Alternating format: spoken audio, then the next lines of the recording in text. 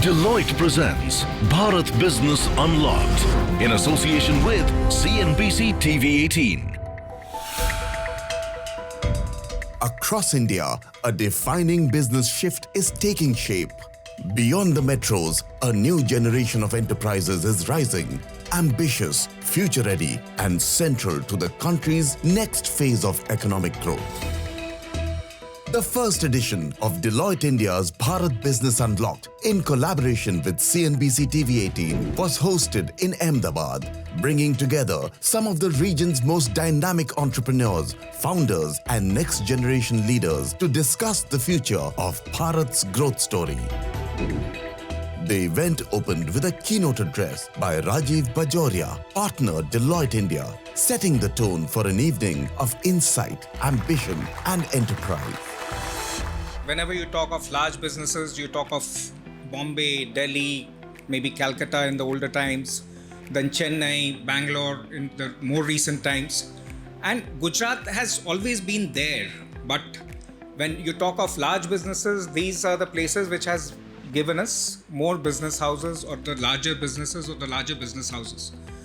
But Gujarat, if you see, has always been on the forefront of manufacturing, forefront of business, and Gujarat and Gujaratis have been the key business force or the force to reckon with insofar as the Indian business is concerned. We see the tier 2 cities coming much strongly, and the next phase of growth, if India has to grow and which India will grow, definitely the next phase of growth will have to come from these tier 2 and tier 3 cities.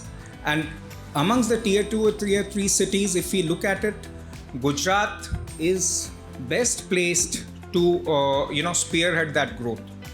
Gujarat always has businessmen who have very strong commercial and business acumen.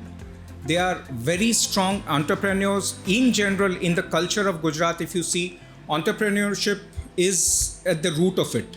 Apart from the basic trading, we have seen very strong manufacturing hubs.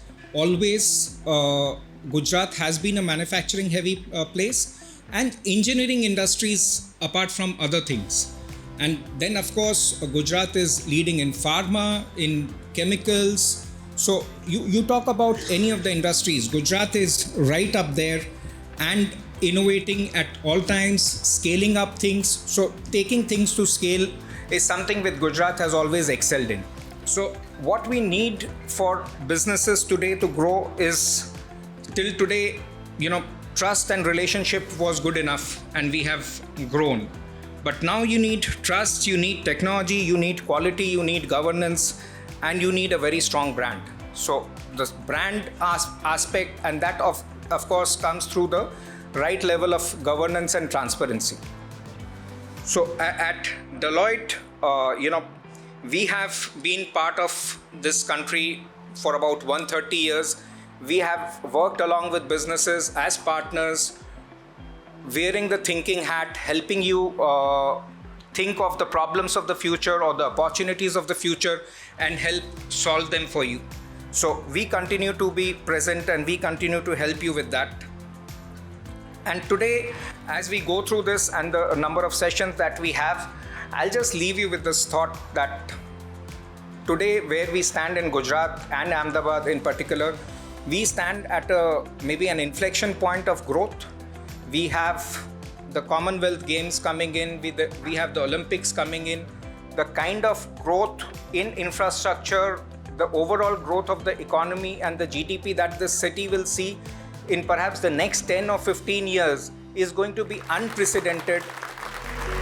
This was followed by a panel discussion, rupees 500 to 5,000 crores, regional to national and global, examining how businesses can grow beyond their regional origins to build scale, relevance, and reach.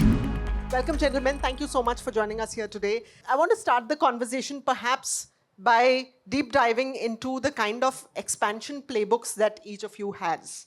So, Vishal, if I can start with you now, when you moved from a domestic stronghold to export markets, what were some of the big barriers, some of the big challenges that you faced, and what was your market entry playbook like? Well, this is a very good question to start with. First of all, I'd like to give a snapshot of Indian pharma industry. Well, Indian pharma industry on export side is pegged at around $30 billion. And we are third in volume across the globe. So the way India is now, that we are transforming the Indian industry not to be looked only as a low-cost medicine provider or therapeutic provider. So the Indian industry is transforming itself into a value-driven pharma industry, giving biosimilars, biologics, complex generics, and complex products. So industry is transforming itself to harness more value and not only volumes.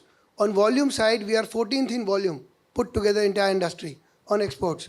So the playbook is that the companies are targeting, even us, we are targeting to focus on niche products which are unmet in the medical needs, or which are not much capitalized, and which are hard to manufacture, require more skill set, which can give very much more in companies on capital side. Furthermore, to promote these products, we try to have a local partner, or to distribute through the expertise of a local person or companies over there, so that we get a very good distribution network as well. So this is what companies are trying to do, and we are also trying to do on a global scale. Wonderful. Rupesh, coming to you as well, Symphony, of course, built a category, went from regional, went to national, global. What has your playbook been like? What are the top 3 headlines there? Yeah, so first and foremost, we didn't invent the category. But as it is said, it makes very difficult and also easy to do it differently in the same category. And I think that really worked. So before we entered into evaporative air cooling, they were made out of metal. We discovered the methodology and made out of plastic so that it can be standardized, it can be durable, lot of aesthetics can be provided, lot of value-added features can be provided, and most importantly, mass production can be taken place. So that's number 1.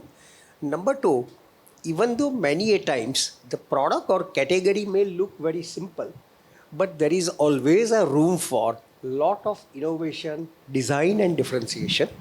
So just to prove that point, Symphony currently owns more than 70 patents, more than 100 design rights, apart from 400 plus copyrights and trademarks.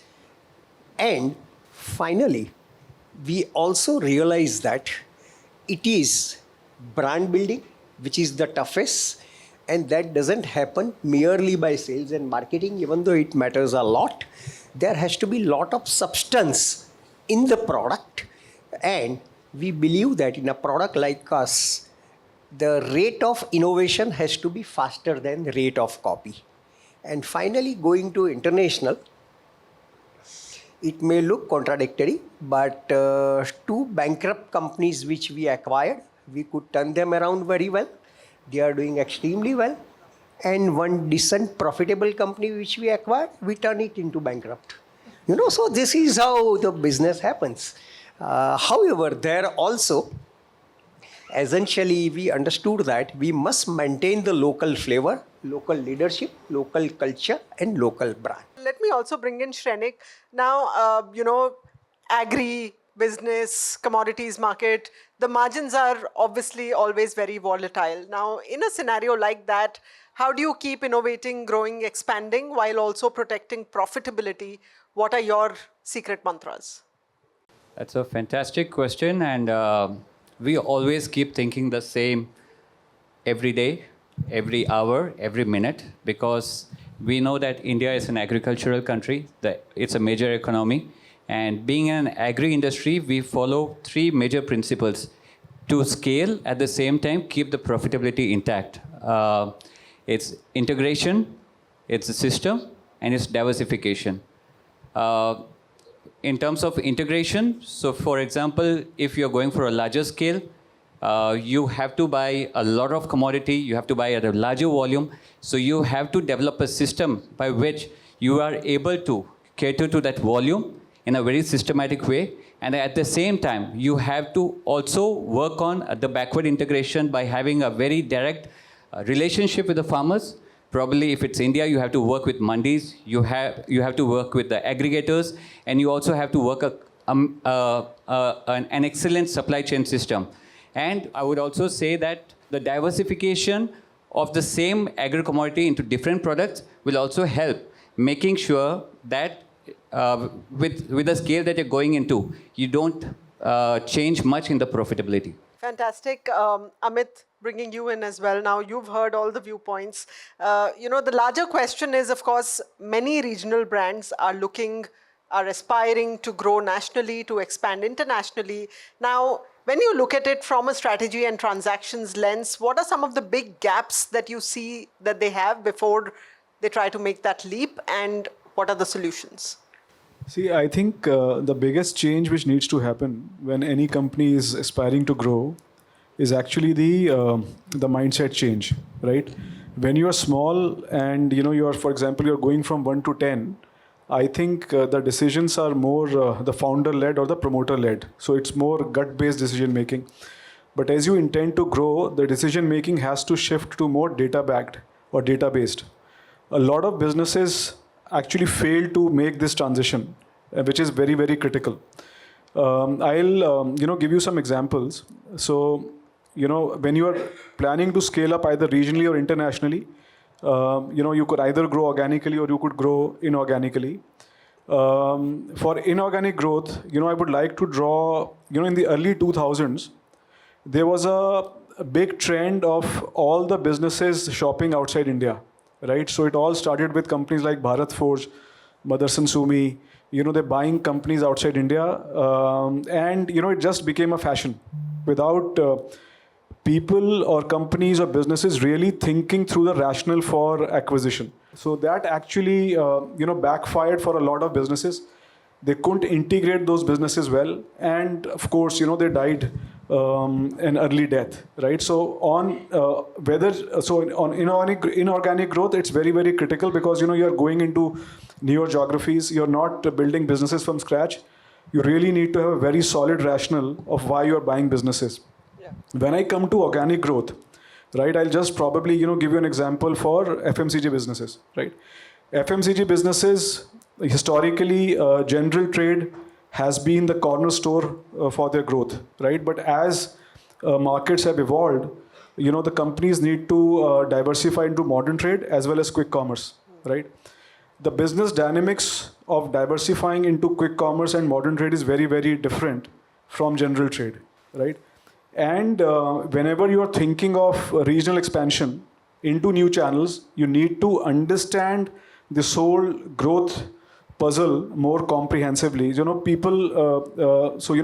end customer in a quick commerce or a modern trade is very different from a customer which is buying through the general trade, right? The customer is more informed.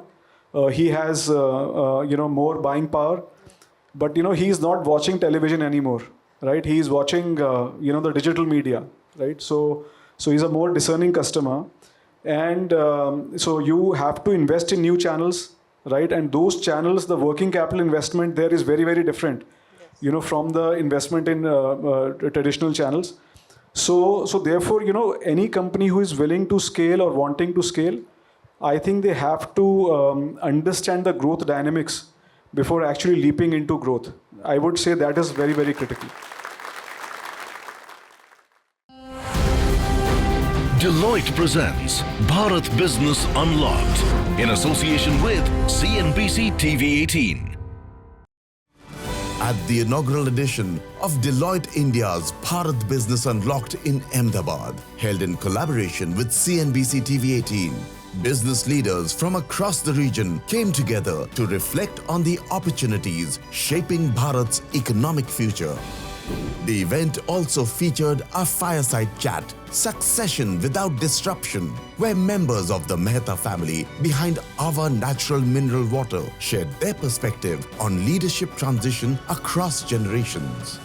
So thank you so much to both of you for joining us here tonight. Mr. Mehta, if I can start with you first.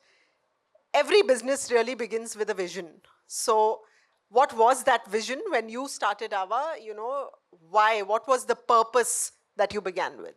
Ava was my umpteenth entrepreneurial venture. So I was coming from a very reputed business family.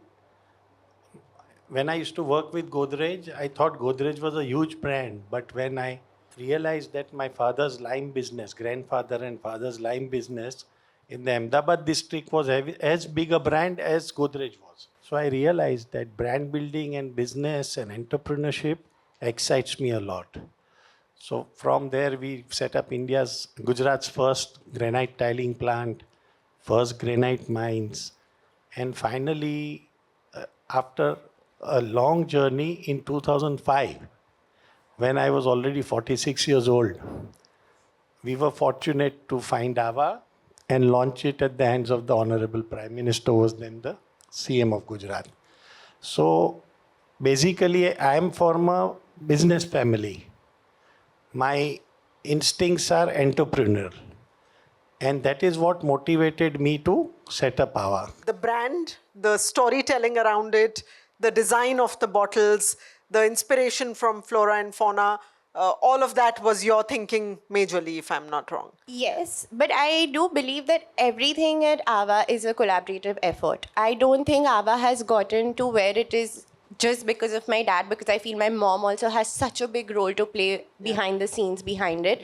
Similarly, I think whatever we have achieved as a company is because of Behram Shiroy and Avanti coming in. I may have come into the business with, I think the gap that I personally bridged was this new age gap, which I feel from a generational point of view, there was a divide which I could kind of come in and bridge. Right. But at the same time, I feel like every thought at Ava, we're all on the same team. And even things like design, I look at social media and all of that, but I also sit at the plant. I also look at production. If he's checking on quality, tasting, I may be a certified water sommelier, but he's a water sommelier without needing the certification.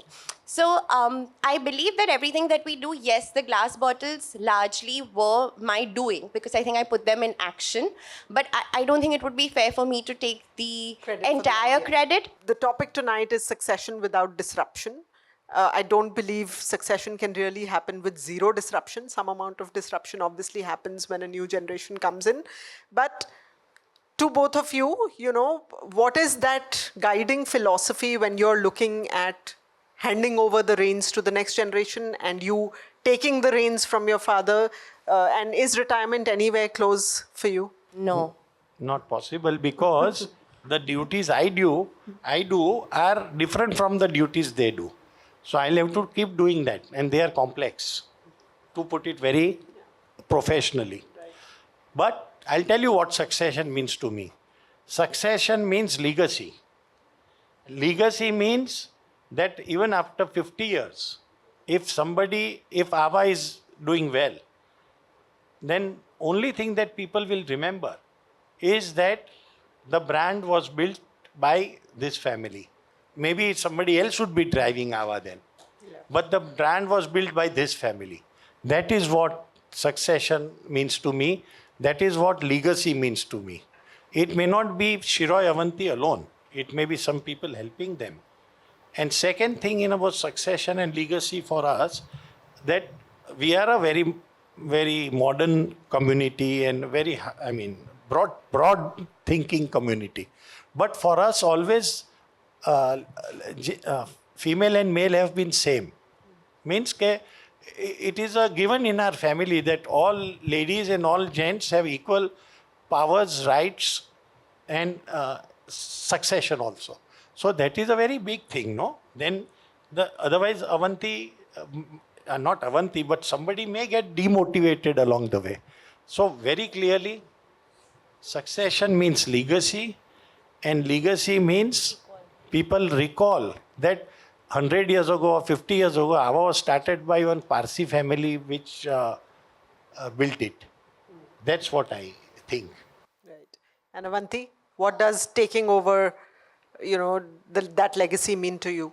I think what my dad's managed to do, and that too at the age of 45, where most people think their lives are over, comes with a tremendous amount of responsibility. And Succession to me is also being humble enough to recognize what everybody before me did right and having the courage to take the risk to kind of just make that bigger and better as I go along.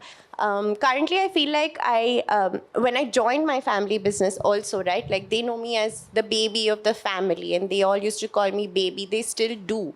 But I think the biggest asset has been working with my family or within my family business is that from day one, I didn't enter with any sort of authority. I had to work my way up. I started working at the very bottom, and I really appreciate that.